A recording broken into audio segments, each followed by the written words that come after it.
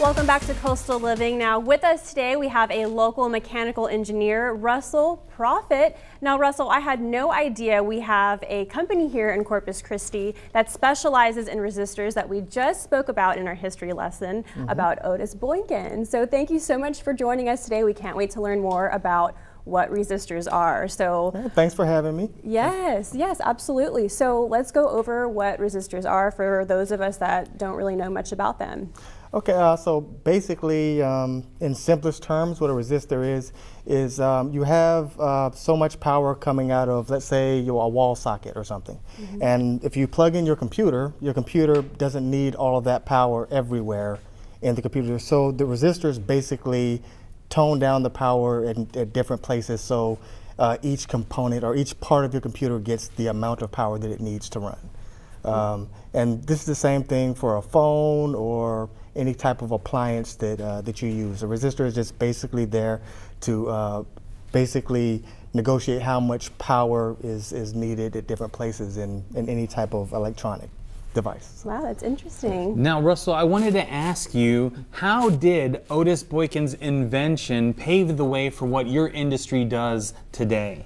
Well, his inventions were basically, his first invention was a very low tolerance. By low tolerance, we mean just a resistor that does its job very well. Right. So, and he did that by basically just changing the way that he put the wires into the resistor. And one of the big things about making resistors is just the size of the resistor.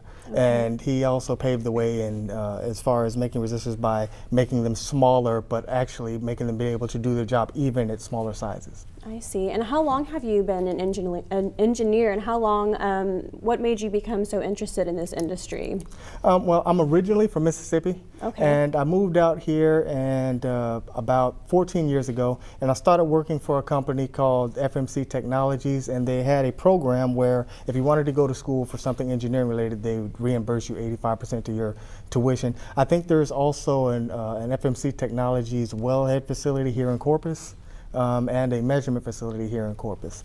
But I took advantage of that, started going to school full time, and I graduated in December of 2018, and I started working at TT Electronics about a year ago. So. Wonderful. And where did you go to school?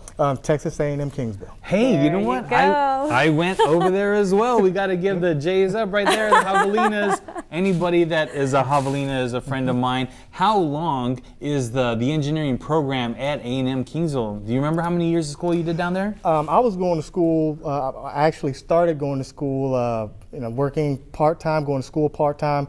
So it took me about 5.5, 6 years because the first couple of years I was only doing about 6 hours. But if you wanted to take advantage of it, if you went full-time from the beginning, you probably could do it in about 4.5 years. Oh, wow. You know what?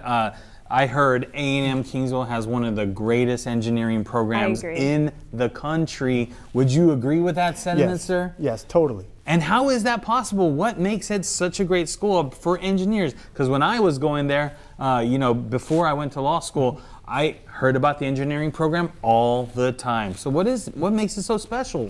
Experienced professors, and also you actually have time to get one-on-one time with your professors. If you have questions or anything relating to something you don't understand, you can actually get a lot of help with that. So you get a really well-rounded education there. Wonderful. Well, Russell, congratulations on all of your success, and thank you for coming on our show today. All right, thank you. All righty. Well, coming up next, we are Lunch and Local. We'll be right back on Coastal Living.